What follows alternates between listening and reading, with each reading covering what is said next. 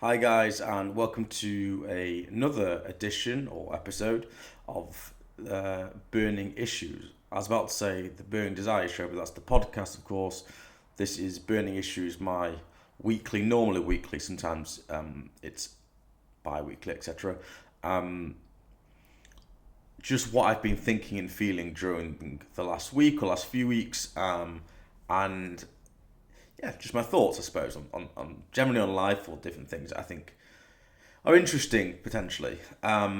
This last couple of weeks, this is being recorded on the 30th of April 2023, and just 2 weeks ago on the 14th of April 2023, I turned 30. And it gives you some perspective. 3 decades on the planet. I think the first decade is all really. I don't think most people will be honest remember much from 0 to 10. You'd have some memories here and there. For example, one that does stick in the memory was when the Twin Towers, the two planes were flown into the Twin Towers. I remember exactly where I was and what happened then, and I must have been, well, I can't remember exactly the age, but yeah, I was that kind of age. And there's a few things here and there, some holidays, different things, but mainly for me, 0 to 10, I didn't remember much, to be honest. 10 to 20, you're obviously going through puberty. That's the biggest thing I would probably suggest. You're turning from a child to more of an adult. I'm Jewish, you have a bar mitzvah, and that's supposed to be at age 13, coming of age, where all of a sudden you take on new responsibilities. And then, you do go through the education system and you get towards 18 where you start to really decide, or you think you decide is the truth, where your life's going to go, but you actually, I'll be honest, I don't think, have an absolute clue where it's going to go. So you choose different subjects and all the rest of it. And then for me personally, the biggest learning curve was 20 to 30, 20 to 25. I worked at Tesco. I was on a board for them. I was in a management scheme in the stores. I was a buyer in the head office. Moved to London.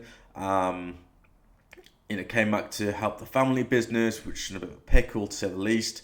During that period of time, went on The Apprentice, married and divorced, bankrupted myself, went through mental health, hospitalized 3 times.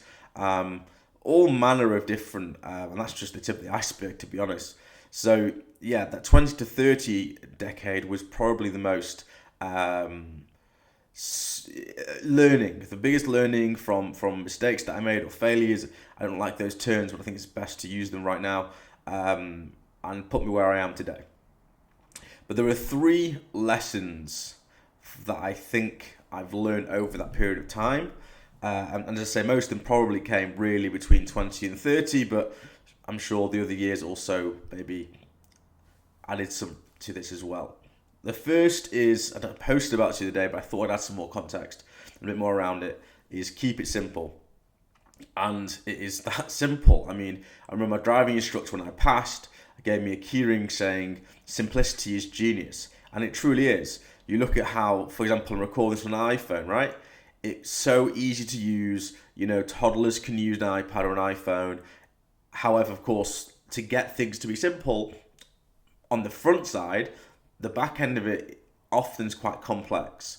So whether it's a business or a relationship or anything, if you can keep things simple and everyone knows where everyone stands, and it's just life becomes so much more fun and joyful and enjoyable when it's simple. Complexity, whatever I've seen it, just causes chaos, turmoil, and all the negativity that you can imagine. So keep it simple.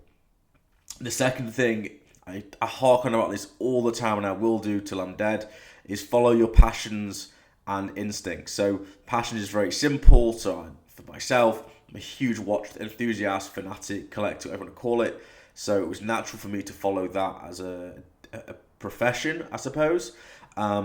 And then instincts, I've talked about this before. You know, when you meet someone for that first time, or you buy something, or you look to buy something, or you're starting a business, or you're anything, trying a new food, it could be, or a new skill, or learning something. Instinctively, you just know deep down somewhere whether it's right for you or it's not right for you.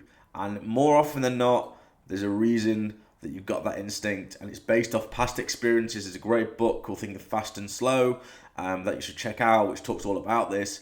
And yeah, follow those instincts and follow those passions, and you will have a much, much more fruitful and enjoyable and fulfilling life. No question about it. And the final thing would be, which is probably one of the most important things too, which is massively overlooked, is don't stress unless it's literally a life or death situation, right?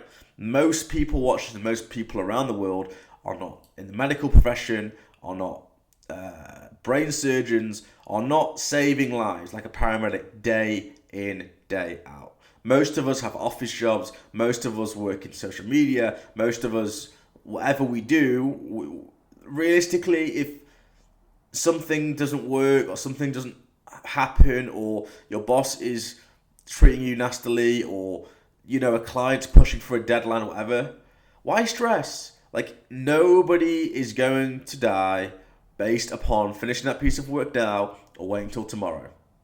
So manage expectations.